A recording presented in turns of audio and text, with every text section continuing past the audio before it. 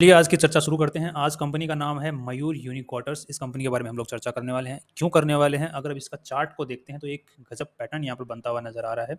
आज के दिन जो इसका जो प्राइस चल रहा है वो 579 के आसपास में चल रहा है। यहाँ पर ये एक थोड़ा-सा ब्रेकआउट की तरफ स्थिति बन रही है यहाँ पे शॉर्ट टर्म के लिए, और लॉन्ग टर्म के लिए भी हमें ये बाइंग करना चाहिए कि नहीं करना चाहिए, उसकी अगर हम थोड़ी-सी चर्चा कर लेंगे अभी वीडियो के अंदर में।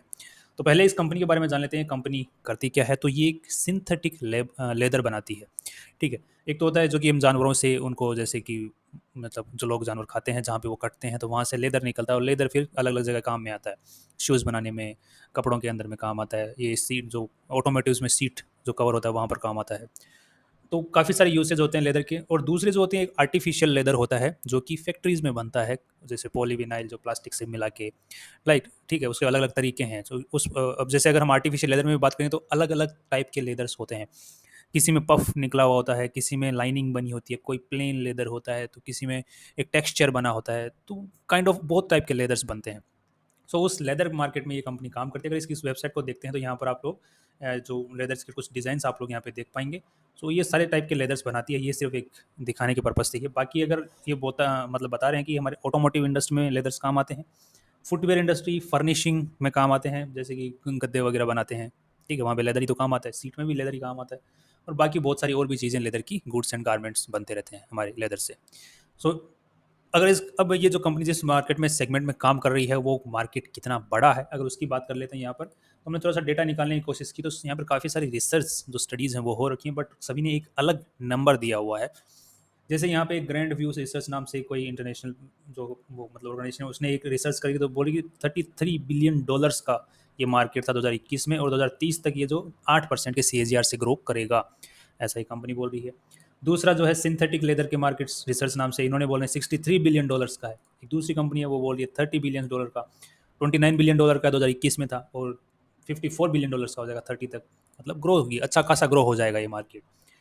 और अगले जो एक रिसर्च है ये बोले 33 बिलियन का 21 में था, और अब 2030 तक 66 बिलियन डॉलर्स का हो जाएगा। बिलियन डॉलर्स में अगर आप लोग बात कर रहे हैं तो उसको अगर हमारी भाषा में बोला जाए तो 100 करोड़ बोलते हैं। 100 करोड़ डॉलर्स, ठीक है। और डॉलर्स को आप मल्टीप्लाई कर सकते हैं, 8 से मल्टीप्लाई कर लो, सिंपल रहेगा। तो यहाँ पे आपको अगर सिंपली देखा जाए तो 8,000 करोड़, यहाँ पे 1 बिलियन डॉलर होता है 8,000 करोड़ का। तो यहाँ पे अगर 30 बिलियन डॉलर्स की अगर ये बात कर रहे हैं तो 8,000 करोड़ इंटू 30, तो यहाँ पे 8 2,24 2.5 लाख करोड़ का मार्केट कैप ये बोल रहे हैं कि मतलब इतना बड़ा मार्केट है। और यहाँ पर एक थोड़ी सी एक जो कंपनी है उसने रिसर्च किया, वो बोली 6 बिलियन डॉलर्स का ही है ये मार्केट है, और 1.1 CAGR ग्रोथ के साथ में ये बढ़ेगा फ्यूचर के अंदर में। और 2030 तक जो है वन मतलब 2030 तक ये 1.1 CAGR ग्रोथ के साथ में बढ़ने वाला है। मगर है ये 6 बिलियन डॉलर्स का ही, ठीक है। यहाँ पर इसने बोला मिलियंस के अंदर में बोला हुआ है, तो मिलियंस के अंदर में जब 3 जीरो लगते हैं तो बिलियन बनता है। तो यहाँ पे 6 बिलियन की बात हो रही है यहाँ पे। तो अच्छा, तो ये बोल रहा है कि 50,000 करोड़ के आसपास का ये मार्केट है। तो हम इसी को अगर रिसर्च को अगर मार्केट में ले लेते हैं कि 50,000 करोड़ का आज के दिन है और आगे फ्यूचर में 1% के हिसाब से भी बढ़ेगा, तो आज के दिन ये काफ़ी बड़ा मार्केट है और बढ़ने को जगह है, इसका मतलब बढ़ेगा। तो अब हम एक बार देख लेते हैं यूनिक क्वार्टर्स जो कंपनी है आज के दिन जो मार्केट में, वो किस तरीके से कितना सेल कर पा रही है। तो रिसेंट डेटा के अकॉर्डिंग जो कंपनी है वो 760 मतलब 750 करोड़ का, मतलब रुपीज़ में बात कर रहे हैं, और ये 50,000 करोड़ का मार्केट कैप है, मतलब सॉरी वो है मार्केट है इसका। और जो है 750 का ही ये 750 करोड़ का ही सेल कर पा रही है, मतलब 1,000 करोड़ भी नहीं कर पा रही है। तो देखा जाए तो ये पूरे मार्केट का 1.5 क्या % के आसपास में ही सेल कर पा रही है आज के दिन। बाकी जो मार्केट है वो दूसरी कंपनियों के पास में है, लोकल प्लेयर्स के पास में, इंटरनेशनल प्लेयर्स के पास में, दूसरी बहुत सारी कंपनियां जो इसी सेगमेंट में काम कर रही उनके पास में है। तो इस कंपनी के लिए ग्रो करने के लिए तो बहुत बड़ी जगह पड़ी हुई है। दूसरे मार्केट्स जो कंपनीज के जो मार्केट है उनको खाने के लिए जगह है, ताकि थोड़ा बहुत ग्रो करेगा उसमें भी जगह है। और कंपनी की जो कैपेसिटी है आज के दिन वो भी काफ़ी अच्छी खासी है, as the company has already told in its annual report कि हमारी कैपेसिटी जो है काफ़ी अच्छी खासी है, और आज के दिन भी हम जो पहले जितना काम कर रहे थे उसके काफ़ी मल्टीफोल्ड में काम कर रहे हैं। सो ये तो हो गई थोड़ी सी कंपनी इंडस्ट्री के बारे में बात हो गई, और कंपनी के बारे में बात हो गई किस तरीके से कंपनी बोल रही है। अब यहाँ पे थोड़ा सा कंपनी के फाइनेंशियल्स को एक बार देख लेते हैं, ताकि हमें थोड़ा सा और अंदाजा हो जाए कि कंपनी किस तरीके से काम कर रही है, कुछ और कहीं गड़बड़ तो नहीं नज़र आ रही है। तो यहाँ पे कंपनी का जो आज के दिन स्टॉक प्राइस है वो 579 का है, और 172 का यहाँ पे जो है बुक वैल्यू है। बुक वैल्यू क्या होती है?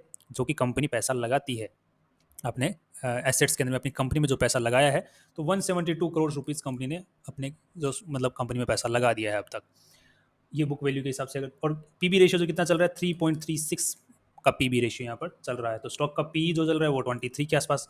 अब एक बार हम थोड़ा सा इंडस्ट्री का पी देख लेते हैं, वो 36 का। तो यहाँ पर पी रेशियो जो है वो काफ़ी नीचे चल रहा है, मतलब ग्रोथ के लिए जगह है पी रेशियो के बेस के ऊपर भी। इंडस्ट्री का पी ज़्यादा है, कंपनी का पी कम है, so there is a huge place. अब यहाँ पे थोड़ा सा कंपनी की आर ओ सी 18%, आर ओ 14%, मतलब कंपनी के ऊपर लोन भी है। अब लोन कितना है उसकी अगर हम आगे चर्चा कर लेते हैं। अब नेक्स्ट, कंपनी कमा किस हिसाब से रही है, कितनी ग्रोथ यहाँ पर नजर आ रही है सेल के अंदर में। तो यहाँ पे क्लियरली हमें को नजर आ रहा है कि 2017 के बाद में कंपनी के अंदर में कंटिन्यूसली ग्रोथ नजर आ रही है। बट यहाँ पे एक 2020 के अंदर कोरोना हिकअप भी देखने को यहाँ पे मिला है। That's not a concerning point actually. और यहाँ पे पहले भी अगर देखा जाए 2012 से भी अगर देखते हैं तो यहाँ पे कंटिन्यूसली ग्रोथ नजर आई थी 2016 तक। बाद में यहाँ पे एक थोड़ा सा हिकअप देखने को मिला, फिर अगेन यहाँ पर अच्छी खासी ग्रोथ नजर आई। तो यहाँ पे हर 4-5 साल के बाद में कंपनी के अंदर में एक साल का हिकअप देखने को मिल रहा है। बट ओवरऑल अगर नेट प्रॉफिट्स की बात करते हैं तो कंपनी के जो नेट प्रॉफिट्स हैं रेगुलरली काइंड ऑफ बढ़ रहे हैं। अगर ये कोरोना हिकअप को बीच में से हटा देते हैं तो रेगुलरली कंपनी के बढ़ ही रहे हैं नेट प्रॉफिट्स। तो कंपनी अच्छा परफॉर्म कर रही है मार्केट में। अब यहाँ पे नेक्स्ट अगर बात करते हैं कंपनी के बैलेंस शीट के बारे में। और कंपनी, एक बात और कि company regularly dividend pay out दे रही है, मतलब कंपनी डिविडेंड पेइंग कंपनी है। और यील्ड जितना है मतलब इतना कुछ खास नहीं दे रही, 0.35। मतलब ये है कि आप खर्चा चला लो अपना, मतलब एक दिन बाहर पार्टी करके आ जाओ, मूवी देख लो अगर आपने लाख रुपए इसमें इन्वेस्ट कर रखे हैं तो। इस टाइप से इतना डिविडेंड दे रही है। अब नेक्स्ट, अगर कंपनी के रिजर्व्स के बेसिस के ऊपर हम, रिजर्व्स तो कंपनी के बढ़ते ही रहते हैं क्योंकि कंपनी कमाई करेगी तो रिजर्व्स तो बढ़ेंगे ही। और भी दूसरे रीजंस होते हैं। कंपनी ने यहाँ पे अच्छे खासे दिख रहे हैं कि कंपनी ने लोगों से पैसा भी उठाया हुआ है, सो कंपनी के रिजर्व्स उसकी वजह से भी बढ़ सकते हैं। सो कंपनी रेगुलरली कमा रही है तो एक ये प्लस पॉइंट है। बल्कि रिजर्व्स को देख के हम अंदाजा नहीं लगा सकते कंपनी प्रॉफिट कमा रही है, बट प्रॉफिट्स दिख रहे हैं इसलिए प्रॉफिट तो कमा रही है, राइट। अब बोरोइंग्स की अगर कंपनी की बात करते हैं तो कंपनी अभी रिसेंटली अगर देखा जाए 2018 के बाद में कंपनी ने लोन्स अपने जो बढ़ाने चालू कर दिए। बट अभी अगर रिसेंटली देखा जाए 2021 के बाद में कंपनी जो है अपने लोन्स को घटा रही है, वापस कम करते जा रही है, जिस हिसाब से कंपनी कमाई कर रही है। अब एक बार देख लेते हैं कंपनी जितनी कमाई कर रही है उसका कितना परसेंट एज एन इंटरेस्ट पे कर रही है। तो यहाँ पे 146 करोड़ का ग्रोस प्रॉफिट कंपनी कर रही है, उसमें से सिर्फ 3 करोड़ का इंटरेस्ट ही पे कर रही है। सो कि loan is not the concerning point again. So एक बहुत ही माइन्यूट नंबर है जो कि लोन की फॉर्म में, इंटरेस्ट की फॉर्म में कंपनी पे कर रही है। कंपनी का जो कैश फ्लो है काफ़ी ल्यूक्रेटिव नज़र आ रहा है आज के दिन भी। जो profit from operations 152 crore rupees and receivables 39। यहाँ पर रिसीवेबल्स अगर हो जाता है इसका मतलब कंपनी उधारी पर माल दे रही है, कुछ ज़्यादा ही दे रही है। यहाँ पर 39 करोड़ का जो है उधारी का माल अभी इस साल आना बाकी है। अगर एक बार रिसीवेबल्स एक बार हम लोग बैलेंस शीट में देख लेते हैं कितना परसेंट जो है रिसीवेबल का सेगमेंट है, तो यहाँ पे 195 करोड़ का रिसीवेबल का सेगमेंट है। और अदर लाइबिलिटी की अगर बात कर लेते हैं, ट्रेड्स पेबल जो कि 69 का, इसका मतलब 69 करोड़ तो कंपनी को पे करने अपने सप्लायर्स को, और कंपनी को मिलना है 195 करोड़ अपने कस्टमर्स से। और कंपनी की जो टोटल एसेट्स हैं वो हैं 874 करोड़ के टोटल, मतलब एसेट्स हैं। उसमें से 195 करोड़, तो ये लगभग हो गया कितना, 25% के आसपास का, 23% के आसपास का। सो 23% के आसपास कंपनी की जो टोटल एसेट वैल्यू है वो अभी उधारी में पड़ी हुई है। Now that is a concerning point actually. अब यहाँ पे अगर पूरी सेल का भी अगर देखा जाए तो यहाँ पे 156 करोड़ की कंपनी ने पिछले साल इसके ऊपर उधारी थी, इस साल 195 करोड़ है। इसका मतलब क्या हुआ कि 40 करोड़ की उधारी बढ़ी। और यहाँ पे कंपनी पूरी सेल कितनी कर पाई, 764 करोड़ की कंप्लीट सेल कर पाई है। तो यहाँ पे अगर देखा जाए तो इतनी भी उधारी नहीं है, लगभग 6% की उधारी रह रही है। मतलब जितना सेल कर पा रही है माल उसका 6% लोग जो है बाद में पैसा दे रहे हैं, उधारी रख रहे हैं, बाद में देंगे इस टाइप से। तो ये बहुत नॉर्मल चीज़ है। Now that's not a big concern actually. अब सेकंड, अगर हम देख लेते हैं कि कंपनी की अगर उधारी रह भी रही है तो कंपनी नेट प्रॉफिट्स किस हिसाब से कमा रही है। तो यहाँ पे अगर 764 करोड़ की अगर सेल कर पा रही है उसके बदले 107 करोड़ रुपए कमा रही है कंपनी। तो यहाँ पर अगर हमें देखने को मिलता है कि लगभग कंपनी कमा रही है 13% का नेट मतलब प्रॉफिट कमा पा रही है, और उधारी कितनी रह रही है 7%। तो कोई कंसर्न नहीं है कंपनी के मतलब आगे जो एक्सपेंड होने के अंदर में कोई दिक्कत नजर आने वाली नहीं दिख रही। क्योंकि ये थोड़ा सा नेगेटिव पॉइंट था, तो इसको अगर हम थोड़ा सा डीप में समझ लें नेगेटिव पॉइंट्स को, तो वहाँ पर हमें थोड़ी सी क्लैरिटी आ जाती है कि हाँ कंपनी में कहीं गड़बड़ तो नहीं हो रही भाई। तो अभी तक तो कुछ नज़र आई नहीं है। नेक्स्ट, अगर कंपनी के थोड़े से अगर शेयर होल्डिंग पैटर्न्स को एक बार देख लेते हैं तो यहाँ पे कंपनी के जो शेयर होल्डिंग पैटर्न्स हैं रिसेंटली गिरते हुए देखने को मिले। मतलब 2020 के बाद में यहाँ पे प्रमोटर्स ने अपनी जो स्टेक है वो घटाई हुई है, यहाँ पर नज़र आ रहा है। बट अगर प्रमोटर्स को अगर हम यहाँ पे क्लिक करके खोलते हैं किसने बेचा है भाई, तो यहाँ पे जो कंपनी के जो मेन यहाँ पर जो होल्डर है, जो प्रमोटर है, उसका नाम है सुरेश कुमार पोदार। ठीक है, ये पोदार जो इन्होंने अपनी, जबकि ये स्टेक जो है वो बढ़ाई है, इन्होंने घटाई नहीं है, बढ़ाई है, राइट। दूसरी, जब मानव पोदार, ये भी इन्हीं फैमिली का मेंबर, इसने भी बढ़ाई है 0.1 से। दूसरे भी अगर आप पूजा पोदार को देखेंगे तो सेम है, बाकी सेम कुछ ज़्यादा फ़र्क नज़र नहीं आ रहा है हमें यहाँ पे। बाकी अगर देखा जाए तो डोली बगड़िया जो कि पोद्दार फैमिली नहीं है, दूसरी फैमिली है, उन्होंने अपनी जो है स्टेक बेची है यहाँ पर। दूसरी तरफ एक और देखेंगे सुरेश कुमार पोद्दार एचयूएफ। एचयूएफ क्या होता है, एक फैमिली अकाउंट होता है। तो कई जब एचयूएफ जब टूटता है, जब बिखरता है, तो उसके जो स्टेक्स होते हैं वो अलग अलग लोगों को मिलते हैं। ठीक है, तो वहाँ पर जिन जिन लोगों को मिले हैं उनमें से कुछ ने बेचे हैं, जितने भी सुरेश कुमार पोद्दार खरीद पाते उतना उन्होंने खरीद लिया, उतना उन्होंने एक्वायर कर लिया। तो देखा जाए तो असली जो प्रमोटर हैं वो नहीं बेच रहे हैं, वो उल्टा उठा रहे हैं, राइट। हमें प्रमोटर में हमें कोई प्रॉब्लम इशू नजर नहीं आ रही। एफ का अगर देखते हैं तो जो 1.5% के आसपास में कंटिन्यूसली यहाँ पे बना हुआ है, आज के दिन 2% के आसपास टेक लेके बैठे हैं, लेकिन गुड। डीआईआई की अगर बात करते हैं तो जो कि 4-5-7% जो रेगुलरली बढ़ा रहे हैं, तो अभी रिसेंटली इन्होंने थोड़ा सा घटाया है। बाकी 9.39% के आसपास में ये बाकी बैठे हैं। पब्लिक के पास में मोस्टली 30% से ज़्यादा ही होल्डिंग रहती थी, वो इस बार 30% से नीचे पड़ी हुई है। So kind of share holding pattern से भी नजर आ रहा है कि जो प्रमोटर डीआई और एफआईआई जो है वो भी इंटरेस्ट दिखा रहे हैं कंपनी के अंदर में, दिखा रहे हैं। प्रमोटर्स मोस्टली अच्छा खासा दिखाए हुए बैठे हैं, सो वहाँ पे भी कोई कंसर्न नजर नहीं आ रहा। अब फाइनली हमारी आफ्टर ऑल दिस रिसर्च हमारे पास में क्या है, मार्केट है। कंपनी के पास में मार्केट को कैप्चर करने की कैपेसिटी भी है। कंपनी कंटिन्यूसली ग्रो कर रही है, कंपनी के ऊपर लोन इतना कुछ खास है नहीं, जितना कवर कर सकती है उतना ही लोन है। सो ग्रोथ करने के लिए भी जगह है। कंपनी का जो उधारी रह रही है वो भी कुछ खास नहीं रह रही है। सो सारे ही सारे हमें अभी तक पॉजिटिव पॉइंट्स ही नजर आ रहे हैं कंपनी के बारे में। अब नेक्स्ट फाइनली अगर हम चार्ट को देख के कुछ प्रिडिक्शन करना चाहें तो चार्ट के बेसिस के ऊपर तो यहाँ पर हम लोग करने की बिल्कुल कोशिश करेंगे। रिसेंटली अगर देखा जाए तो जो कि आज कितनी तारीख है, 22 तारीख, तो 20 तारीख को सॉरी 20 तारीख को नहीं, 18 अगस्त को, क्योंकि 20 तारीख को तो संडे था।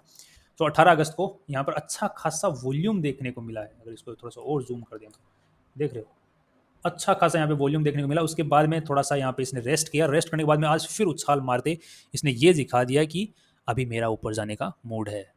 तो हम लोग एक जो तरीका होता है जब हम लोग प्राइस एक्शन की बात करते हैं उसके अंदर में, कि जब भी कोई स्टॉक ऊपर जाना स्टार्ट करता है और एक लेवल के ऊपर आके सस्टेन करके वापस ऊपर जाना स्टार्ट करता है, तो हम लोग एक स्टॉप लॉस एंड टारगेट और एंट्री पॉइंट्स डिस्कस करने के बाद में एंट्री ले सकते हैं। तो यहाँ पर क्लियरली दिख रहा है कि कंपनी का जो एंट्री पॉइंट है वो तो ऑलरेडी 570-80 के बीच में है, और वहाँ पर आज के दिन स्टॉक चल रहा है विद स्टॉप लॉस जो कि हम लोग ले सकते हैं, जहाँ पर 2 बार कंपनी का जो स्टॉक है, एक तो 18 तारीख को जब अच्छी खासी चले गई तब वहाँ पे रुका जाके, अगले दिन फिर भी उसके नीचे नहीं जा पाया। तो ये हमारा एक अच्छा खासा स्टॉप लॉस की तरह एक्ट कर सकता है, जो कि है 527 या 25 के आसपास में। सो 525 का हम स्टॉप लॉस लेके 570-80 के बीच में मतलब खरीद सकते हैं, और जो कि टारगेट हमारा रहेगा ये 640 का टारगेट हमारा रहेगा। सो ये शॉर्ट टर्म के लिए है, और बाकी जो लॉन्ग टर्म के लिए इस कंपनी को होल्ड करना चाहते हैं, अभी हमने कंपनी के बारे में बात कर ली अच्छे से फंडामेंटली। टेक्निकली हम लोग देखें तो इस कंपनी के स्टॉक को आप लोग जो है 500 के आसपास में ऐड ऑन कर सकते हैं अपने पोर्टफोलियो के अंदर। अगर 500 के आसपास में आपको अगर ट्रेड करता हुआ मिलता है इसी साल, तो आप इसको ऐड कर सकते हैं फॉर द लॉन्गर टर्म, मतलब लॉन्गर टर्म्स पर्पस। अब अगर और किसी इस कंपनी के बारे में मैं अब थोड़ी सी आपके लिए थोड़ी सी बात थी कि अगर किसी भी कंपनी के बारे में आप लोग चाहते हैं कि कोई एक पर्टिकुलर वीडियो बनाया जाए, ठीक है, और बाकी हम तो जैसे ही हमारे सामने जैसे कोई कंपनी अच्छा खासा ब्रेकआउट देने की कोशिश करती है प्राइस एक्शन के बेसिस के ऊपर, तो हम उसकी फंडामेंटल स्टडी करने की कोशिश करते हैं, आपके सामने रखने की कोशिश करते हैं, राइट।